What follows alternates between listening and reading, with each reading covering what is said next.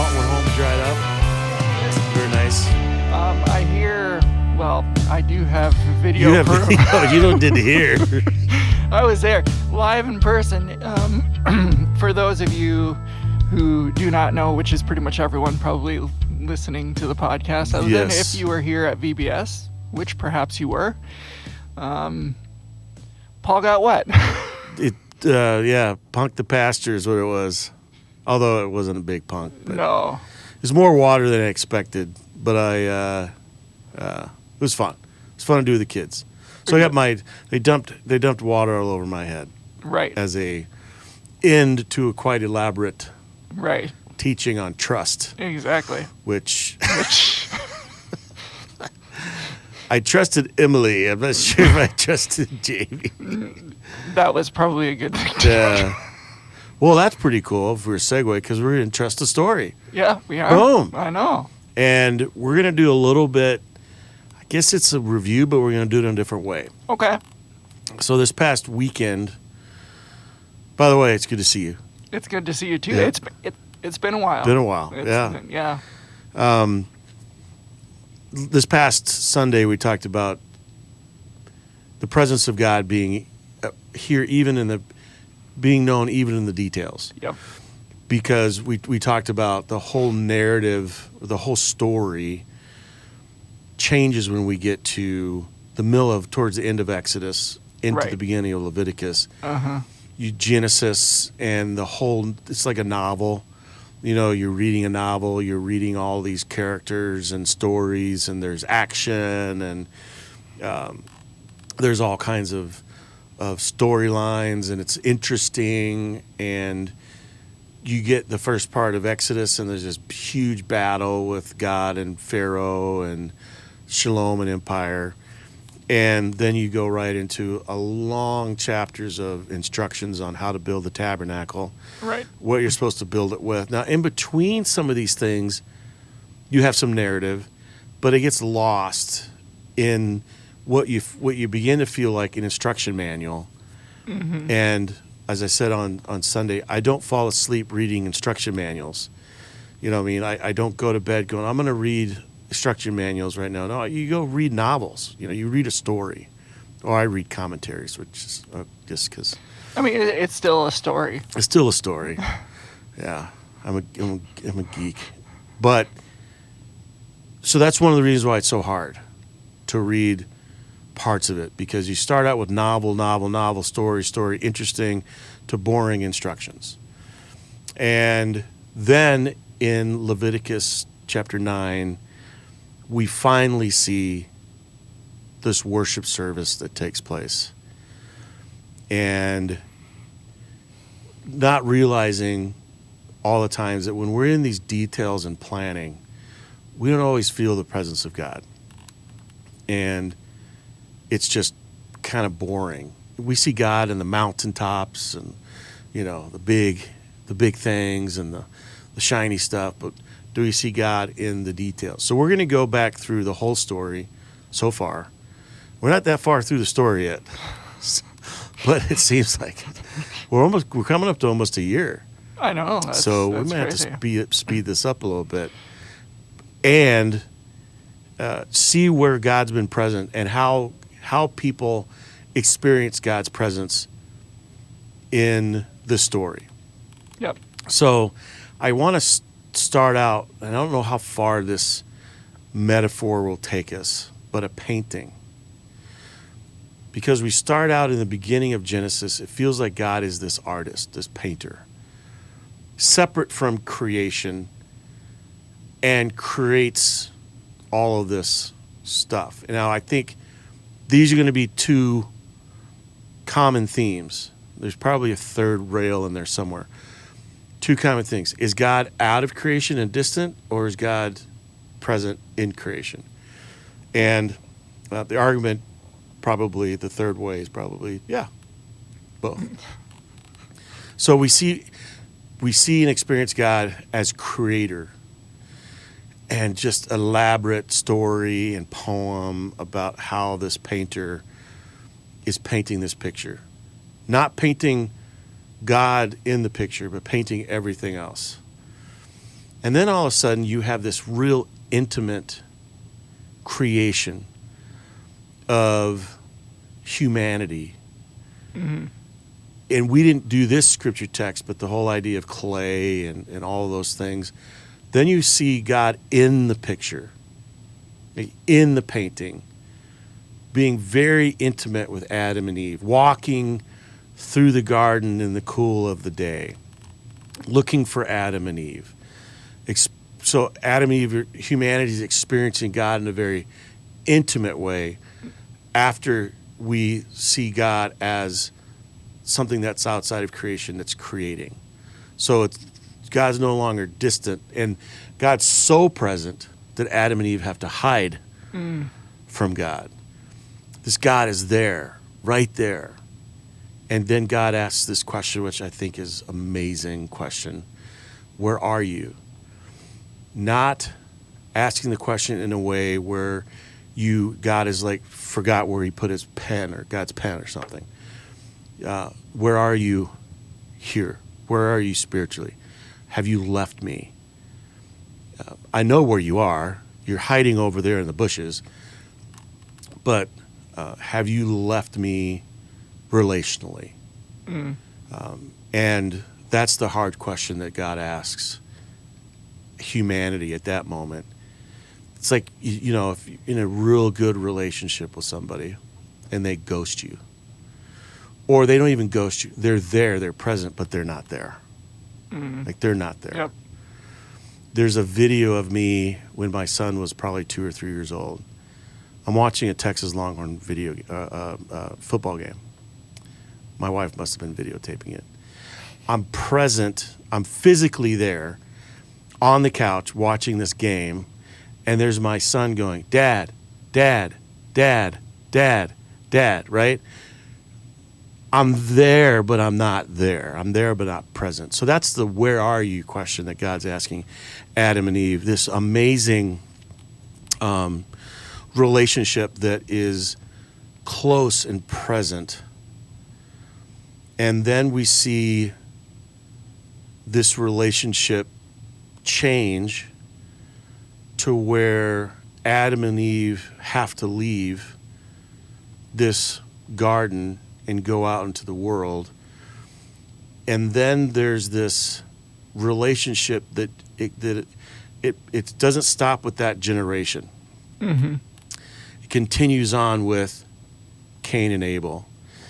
And I don't think we're getting way into this right now, but one of the things that is interesting is Eve says, look what God and I have done with creating new life. And one of the ways that Rabbi Fohrman breaks this down a little bit, David Fohrman. If you haven't read any of his stuff, I keep promoting it all the time. He talks about when Eve says, "Look at we have created, God and I have created." It's almost as if our author would include a computer into that statement. Look at what me as an author have written with the help of this computer.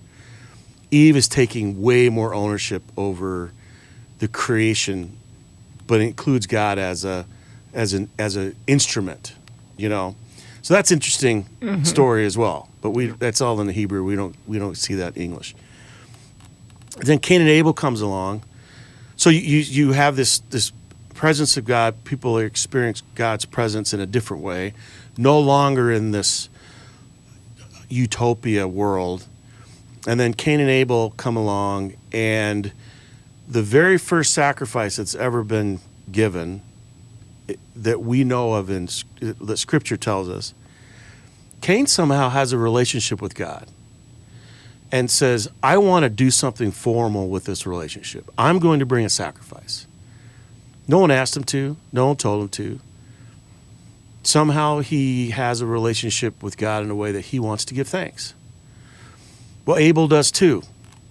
And then we see the relationship change a little bit, is that God becomes a parent more, or a disciplinarian, and judges the offerings. Abel is judged to be a proper offering. Cain is judged to be an improper, not a proper offer, not good enough. Right. And I use I think David Fohrman used this analogy uses this as an example. It's like if you have 5 kids. We keep talking about how many kids you have. 5 kids. Yes. If you sat them all down and said, hey, draw me a picture, whatever you want to draw, you're going to have 1 or 2 kids in there that probably are pretty good artists, right? I mean, they draw pretty well. Definitely. And you're going to have a couple kids in there like, this is great, You're like, yeah, this is really good. What is this?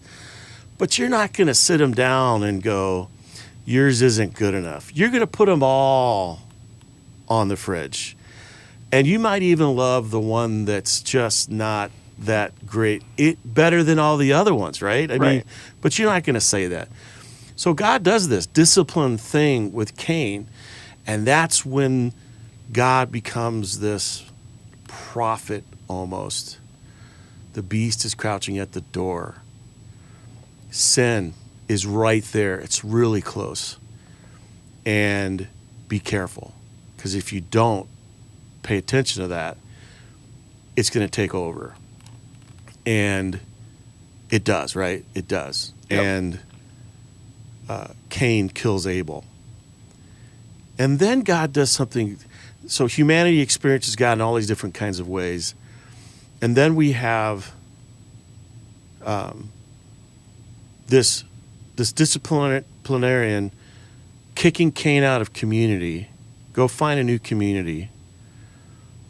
And he marks him, but he protects him at the same time. He curses, but he also curses anyone that would hurt Cain. Hmm. So there's still that relationship, and we're going to start calling it covenant real soon. But it's not there yet in this story. So God is experiencing, or human beings are experiencing God in this way as well. And then we have these stories where we experience God. Here, I printed all this stuff out to make sure I didn't skip anything. I'm sure I am. The story of God allowing humanity to develop and form, and they just screw it up. Even the earth is corrupt, right? Except for one. And Noah comes along, and God decides the relationship with humanity and the earth is so bad, I'm just going to start all over again. And so the flood, the story of the flood. But in the middle of that destruction, God's relationship is still one of protection, and says, I will never do this again. I will put a bow in the clouds. I'm going to remember this whole deal. Remember the suzerain vassal thing? The suzerain is the more dominant power. The vassal is the one that needs the suzerain's help. Yep. And it's up to the vassal to remind the suzerain to help them. Well, God is the suzerain and the vassal at the same time. Yep. God says, I will remember. You don't have to remember, I will remember. So you have this, humanity is imagining and experiencing God in this distant but yet super intimate, violent, I'm going to start all over again, but then protection. Yeah. And not only protection for now, but protection in the future. It's a dichotomy, right? Yep. I mean, you got it's very complex, and yep. I think that's, I think that encompasses God, right? You can't put God in a box. Yep. And we always try to do. Right. And I think one of the things that's important for us is that as human beings, we do experience God in those ways. When we get to the Psalms, we're going to experience God so close and so intimate, and then so far away. Right. And the questions are where are you? And then the declarations are, you're right here by my side. It's just that constant. That's how we experience the presence of God. Right. And then God has this real intimate relationship with this fellow and his wife, Abraham and Sarah. Finds a family, finds a group of people that God is going to go, all right, they're not perfect, but I can work with these people. And God begins to build this family. So God begins to protect the present and then also project out into the future. So we imagine a God that's with us, that's going to be with us for a very, very long time. And that whole narrative is this whole family living that out, making all kinds of mistakes, lying to one another, Jacob stealing the birthright, Esau getting a really hard kind of almost a curse. Reconciliation comes. And so we can imagine a world, a place that God has created where reconciliation is possible, even between people who have done some really bad things, like Jacob stealing Esau's birthright, like Joseph forgiving Judah for selling him into slavery. And Judah admitting, without knowing that was Joseph, Judah says, please don't keep my younger brother. We already did this once before, and it almost killed my dad. Right. Take me instead. Like that kind of reconciliation. And take me instead is what breaks Joseph down. And then this whole family's reconciled. So we imagine a God who creates room and space even in the midst of all of the pain and suffering, that God, we can experience God through reconciliation. And so I skipped some stuff, especially around with Abraham, because it's such a long story. Right. And then, of course, we went into Advent, and that's all about experiencing God as love and peace and joy and hope. The incarnation, Jesus coming to us. So we popped out of the Old Testament, bam, slammed back into the New Testament for Advent. I was thinking some point in time we could have done Advent with Old Testament. Well, the prophetic texts, of course. Okay. But I was thinking, what in Genesis could we connect with? It's hard. So are we going to do that this year? This coming year, 2025? Yeah. I don't know, man. We'll see. We got some new pastors on our staff. We'll see how they influence this whole story. That is a really, it's going to be, yeah. I'm looking forward to having the front row seat to watch, like, how it sort of morphs and what they bring to the table, And they will, and they have all those voices. So this idea that God gives us ability, this presence of hope and love and peace and joy as we anticipate God's presence in humanity. God becomes one of us.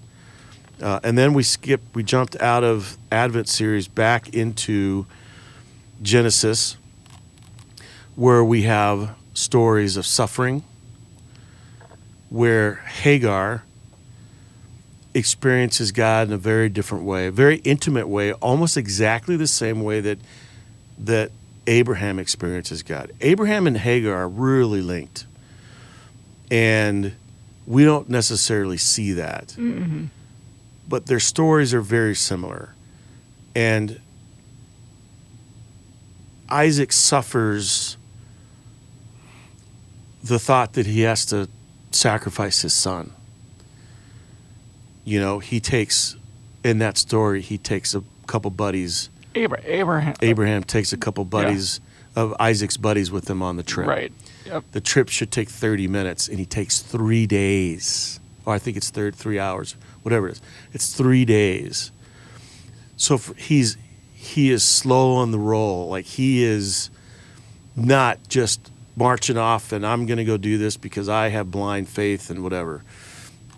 So there's suffering that we may not see in Isaac, because it is a horrific, for our modern brains, a horrific story of human sacrifice. Well, what God would ever, what God would ever tell someone to do that? Well, there were supposedly lots of gods that wanted that. There were right? lots of gods, and I think not that it's an easy way out. I think one of the major parts of the story is that God said, "No, that's not how we're doing this. Right. We're not." And God does it all the time with this Jewish people. You're going to eat these certain foods. You're going to drink these certain drinks. You're going to wear these certain clothes. You're not going to be like everybody else. And God is teaching God's people that they're not like everybody else. And so God comes in the midst of suffering to both Abraham, provides, and to Sarah, and to Hagar, and provides. And it's interesting, in both of those cases, both of those stories, their suffering has blinded them to what is there. Mm-hmm. There is a ram in the thicket. It's been there. It didn't magically appear. We read that story as Isaac's about to kill, or Abraham's about to kill Isaac, and the angel says, "Don't." And then all of a sudden, poof, out of magic comes a ram. It's been there the whole time. But suffering prevents you from seeing all kinds of things. Mm-hmm. And not to be too bold, but I think this is true. Suffering and many times prevents us from seeing God and being in the presence of God. And there's a story in this that for us, hopefully we can tell soon. I'll just kick that off. Okay. And then Hagar's the same way. She's out there. She's been kicked out of the camp. She's got to go find a new place to go in the middle of the desert. There's no water. Her son's about to die. She's wailing and weeping. And the angel comes to her and says, "You're going to be okay. Here's a promise for you. And by the way, just look over to your right. There's a well." It didn't just poof, magically appear. It was always there. So we don't always, in our suffering, sometimes we become blind to God's presence as well. So God seems to be absent in that. God is in the welcome of a stranger, because in the story, hospitality is incredibly important for God and God's family. So God's present in the hospitality and in welcoming the stranger, because Abraham and Sarah are immigrants. They leave their land and to go look for better land, and they're immigrants, they're aliens. And that's one of the reasons why God says over and over and over and over and over again, remember that you used to be an immigrant. Do not forget. Remember that's who you used to be. There were people that welcomed you in. There were people that took care of you. There were people that fed you. There were people that gave you something to drink. Remember that people did that for you. You should be doing exactly the same thing for others as well. Now, when we get to Joshua and Judges, it's a little more difficult to see that. So we'll see how that goes. That's good. Joshua and Judges is a hard one. It's hard to know God's presence as the people have come to know that God is saying, yeah, go ahead and kill all these other people. It's really hard. Right. We're going to have to handle that one with deep, deep care, or just skip it. We'll see what our audience We has can to say ignore about it. that. No, we're going to take on the hard stuff.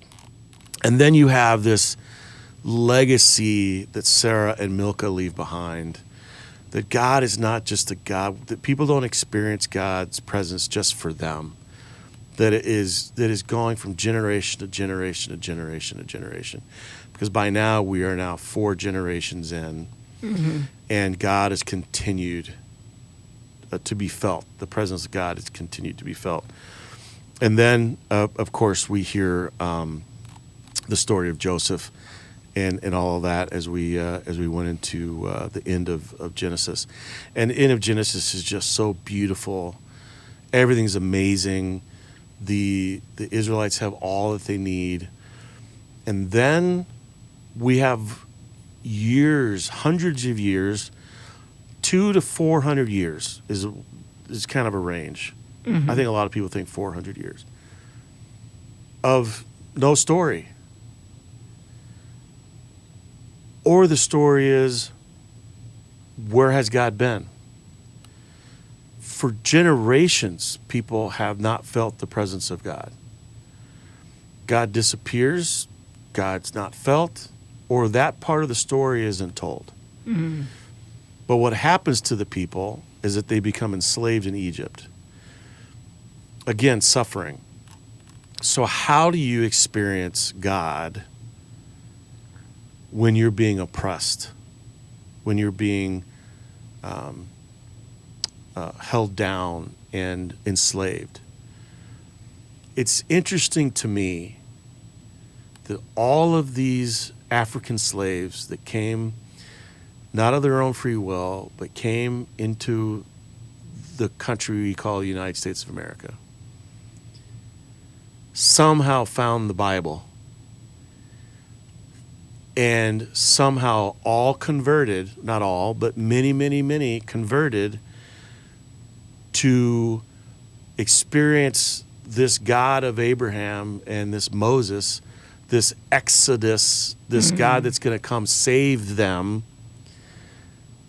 while they're being enslaved, while they're enduring unbelievable punishment, treated like animals.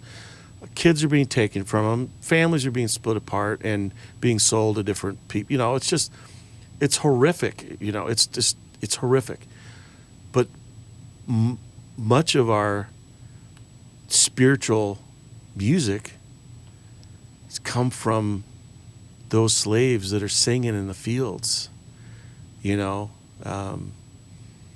just swing low. You know, I'm not going to try to do that. But just amazing spiritual gospel grew out of all of that stuff. And so even in the midst of that deep slavery, they're converted, and the conversion subverts the oppression that they're feeling and that they have, and gives them hope. So I don't know what was going on in that 400 years between everything was great under Joseph and then they became enslaved. I wish I knew that story. I wish I knew. It makes it sound like God heard their cry and either heard their cry 400 years later or just heard their cry for 400 years. I don't know. You know, there's smarter people out there can work that through. But the story cuts and then it picks up 400 years later. I mean, are we aware of any sort of historical books that were maybe not considered to be a part of the canon, or it would things be like all that? Jewish midrash. Got it. Rabbis coming up with kind of their own understandings of what was going on in those time periods. It's extra biblical stuff, right, you know, but which most midrash is. But I haven't run across anything that definitively goes, this is how this group of people experienced God, other than they were crying out. Right. So if you're crying out, there's some expectation that somebody's going to hear you. Yeah, but then also, I mean, like, when they went into Egypt, right, Joseph was essentially in charge. Yep. And so you could have had a century or two of that type of ruling where it wasn't really a slavery situation. Yeah, we don't know when it turned sour. Right. We don't know when it turned south. There's speculation based on when a new pharaoh came in power. So which new pharaoh was that? Was it? It's obviously someone that didn't know the Israelites, so maybe further removed. But we don't know, other than they're crying out to God. So they're experiencing the absence of God in a way, but they're still crying out to God. Yeah. Which means there's some faith, there's some presence of something that they know is somewhere. but then God shows up in like for the presence of God. I'm not going to say God shows up. We say that all the time. God's already here. We just have to realize that God's already present. Right. Because we don't always see or feel God. But they feel God's presence in pretty dramatic ways when Moses comes to town. Right. And the battle happens, and we walk through all those plagues, and they experience God as power, and protector, because all their stuff is protected, all their animals, all their houses, all their lives. It's the Egyptians that suffer. So God's presence is power and protector, and then freer.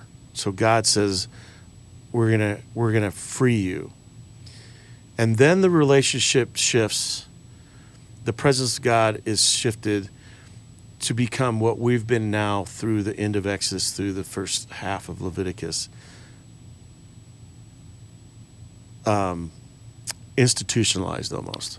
Dwelling in a tabernacle, basically. Yeah. It becomes organized religion. Mm-hmm. Whereas we don't really know the faith practices of Abraham, and they built altars, there was sacrifice, but it wasn't what we see in the tabernacle. There wasn't this elaborate ordination of Aaron and the setting aside of priests and all of that. So it becomes the presence of God, and this is good or bad. The presence of God becomes formalized in a very specific way. And they begin to experience the presence of God through ritual after ritual after ritual, and that can do a couple different things. It makes God feel more present in the daily day, but it also removes God into somebody else's hands.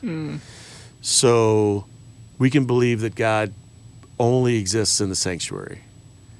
We go feel the presence of God in the sanctuary, where we may not feel God in the presence of rush hour traffic.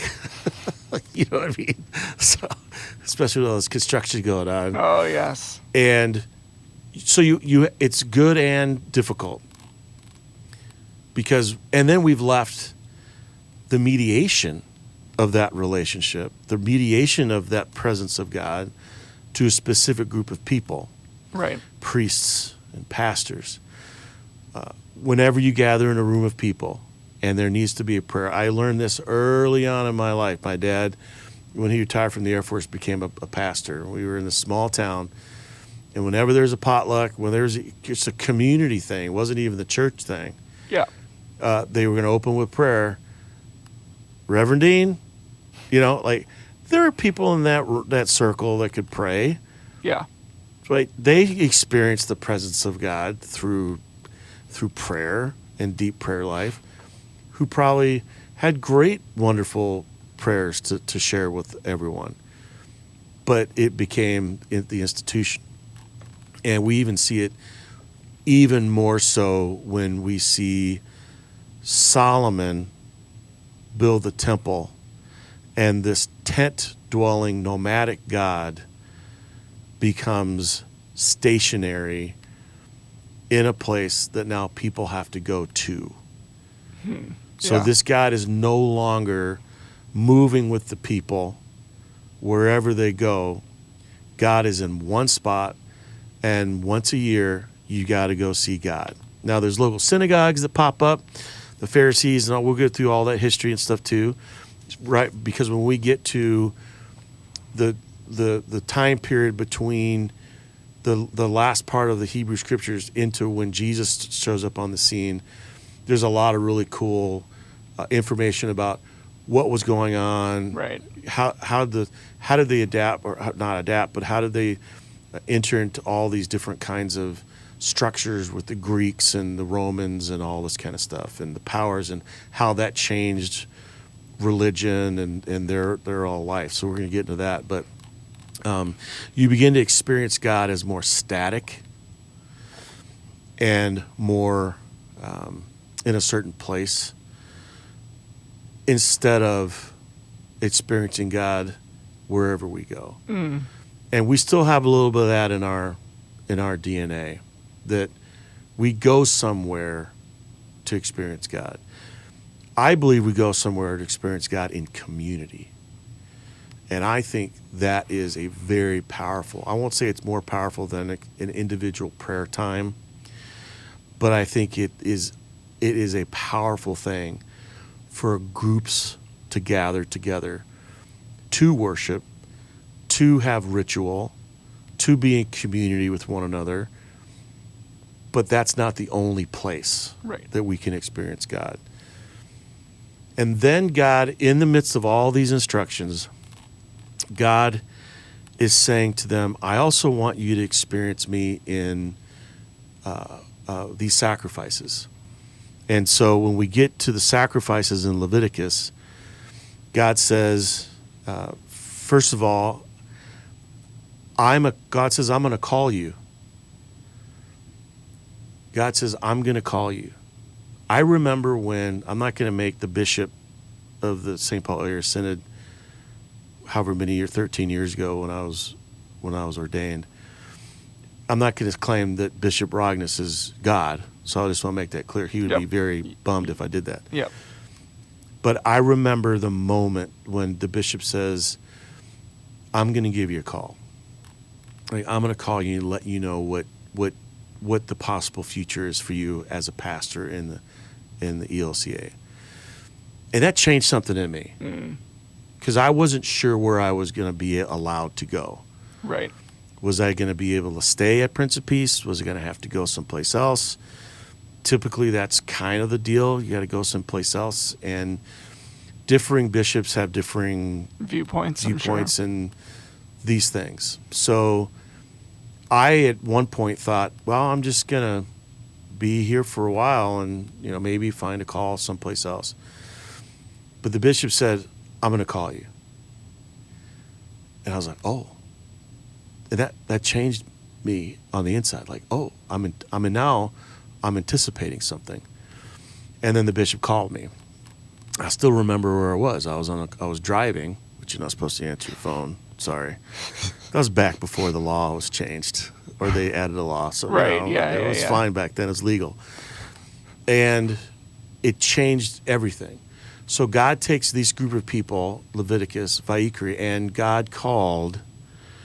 So God becomes a caller of a whole group of people, not on a telephone, but through sacrifices, through different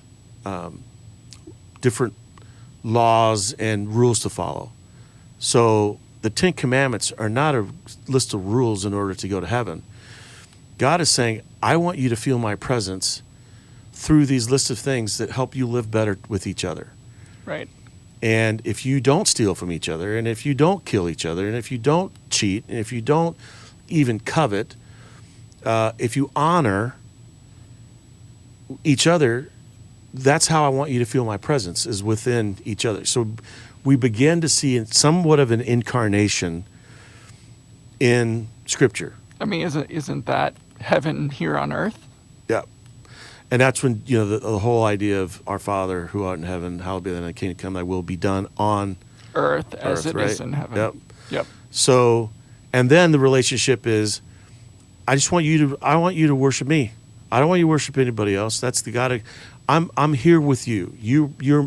We're husband. Like this weekend, we were talking about covenant, and God calls God's self husband, and God calls God's people the bride. And that's the presence that God wants, is intimate relationship between one another. And so God becomes a caller. And then God says, this is how I want you to experience my presence. I want you to come near. I'm going to create a way for you to feel comfortable and for you to be in my presence. There's a sacrifice for that. I want you to feel my presence through joy. I want you to know what joy is. There's a sacrifice for that. I want you to know that I care about your pain. I care that someone's hurt you. I care that you've hurt somebody else. There's a sacrifice for that. And all of those are voluntary. You don't have to do any of them. It's just when you're experiencing joy, come celebrate that with me. If you're feeling alone or lonely and you want to know that come celebrate that with me. If you're in pain or you've hurt somebody, when it becomes known to you, there's a way back. There's a sacrifice for that. And then the one that God says, okay, now this is what you're going to do. The one that God says, this is the one you have to do every year, the Day of Atonement. Yep. And it's all about forgiveness. God says, my presence isn't just a judging God. My presence is a loving, forgiving God. And every year you have to do this. And it's not just for some of you. Forgiveness is for everybody. The king, the leaders, everybody. And I think we talked about this one time where all of the sins are placed on a goat, and the goat walks out into the desert and takes the sin. Gone, done, out of here. Not sure if someone, like I said, is hiding behind a bush, and when the goat gets by him, they snatch him because, I don't know, it's probably somebody's probably hungry, eat the goat. Tasty. Or it gets eaten. And then, again, we're going to talk about covenant today or this weekend, that we experience God in covenant, God's presence in covenant. But God also says, I'm going to give you parties. I want you to party. Festivals. Yes. Yes. I want you to have a festival. I want you to do it together. I want you to do it in community. And God says, I want you to experience my presence through festivals. A couple of them are serious, solemn, but most of them are, they're not like college parties, but, a wedding reception, let's fellowship together. So I'm going to read these out because I don't know them all in order or any of that. But God says, I want you to have the festival of the Passover. Remember? Yep. Remember what I did? Remember my presence with you? And then right after that, right after the Passover is over, you follow it with the feast of the unleavened bread. And the unleavened bread thing is all about, you don't have time to wait for your bread to rise. You got to get out of Egypt now. Okay. So that's why the unleavened bread. And it travels lighter, and you're not carrying a bunch of stuff. But you got to go now. You can't wait for your bread to rise. Get out of town. Remember the haste in which you had to go and leave. And then God says, I want you to feel my presence in generosity.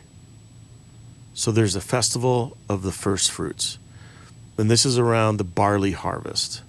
Okay. Where the first barley is harvested, and you give to God the very first that you harvest, which may have been what Cain's problem was. Maybe he didn't give of the first, and he just kind of gave some leftovers. Yeah. Don't know for sure.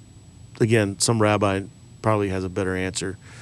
But the first fruits is a big deal to God.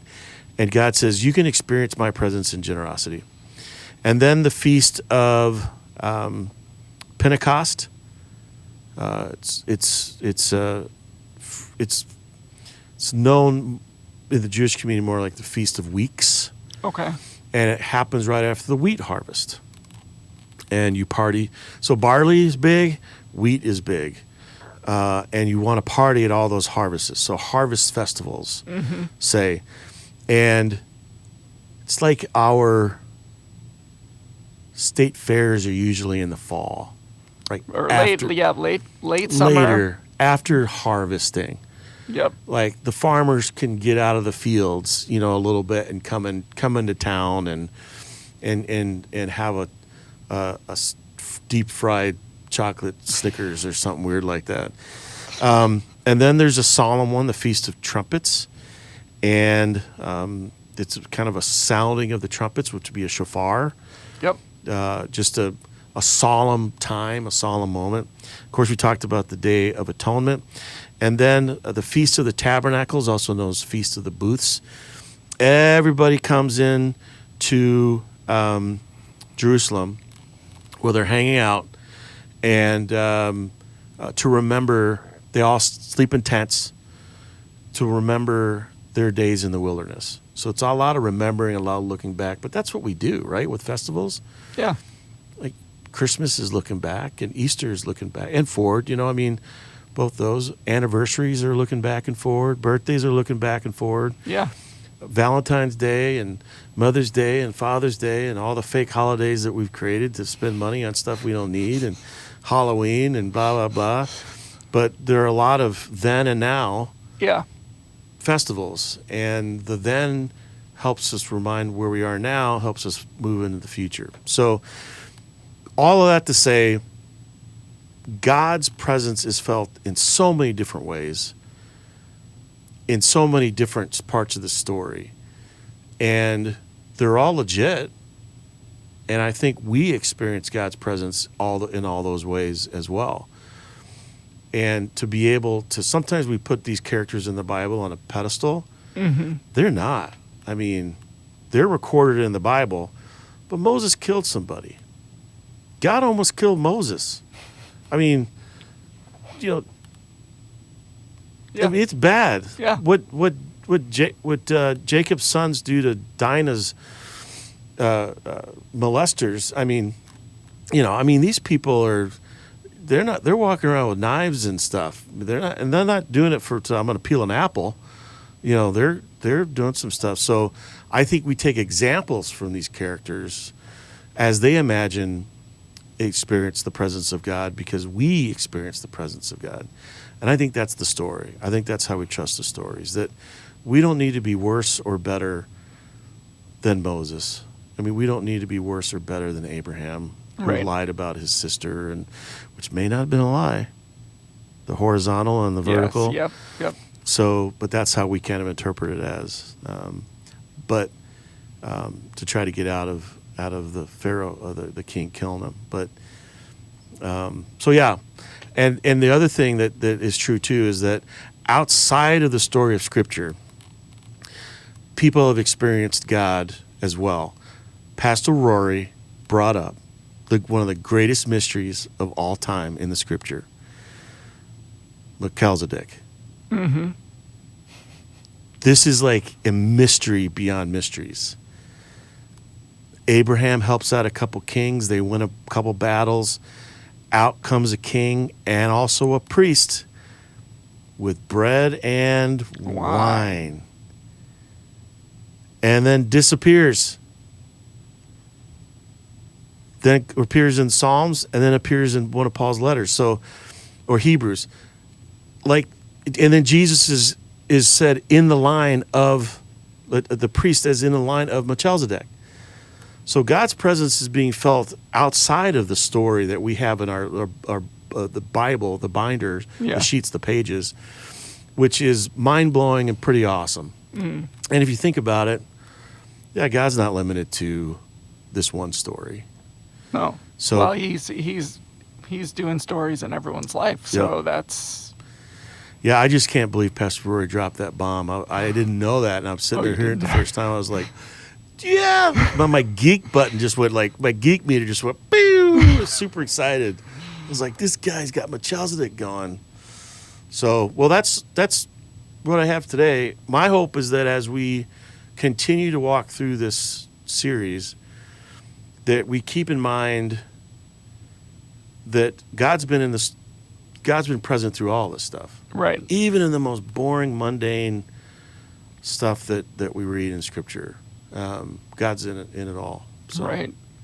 Well, we have sabbatical coming up, so do you have any special plans, or are you just gonna relax? Well, I'm on call. Well, I took the on-call this year. I will be preaching.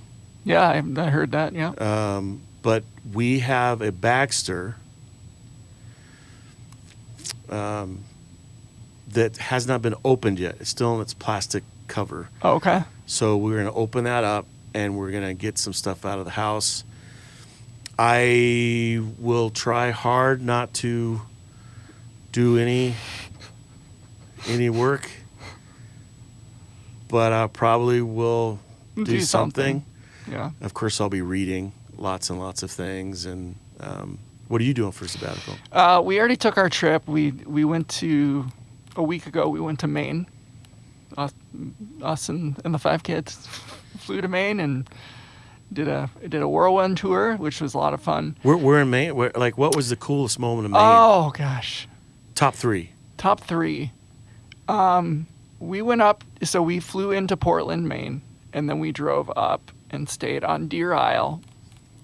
That was where home base was, and then we went up, the first day we went up to Lubeck, which is the easternmost point, basically. Oh, okay.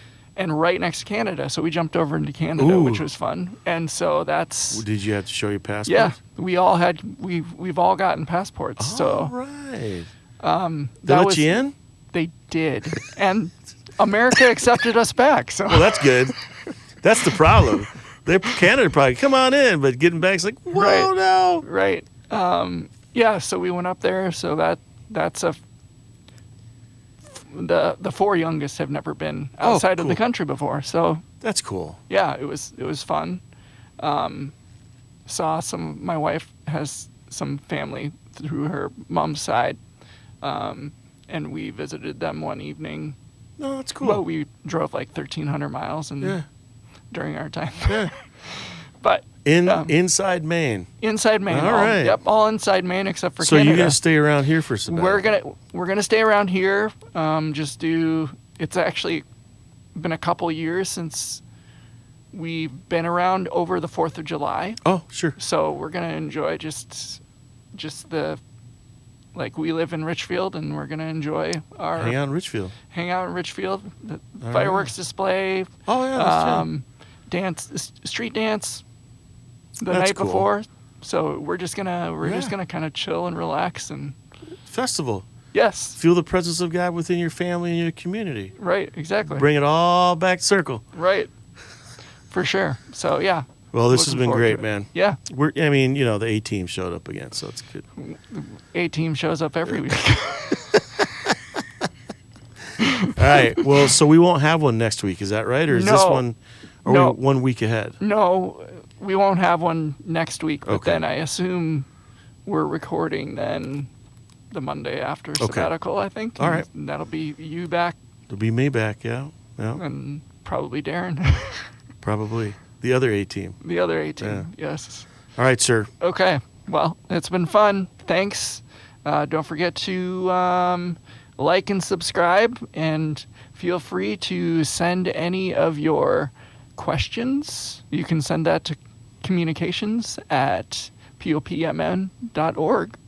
If you have any questions that you want us to answer, we'd be happy to do that. Or comments. Or snide remarks, or just how good we look. After we took our VBS shirts off. Yeah. Exactly.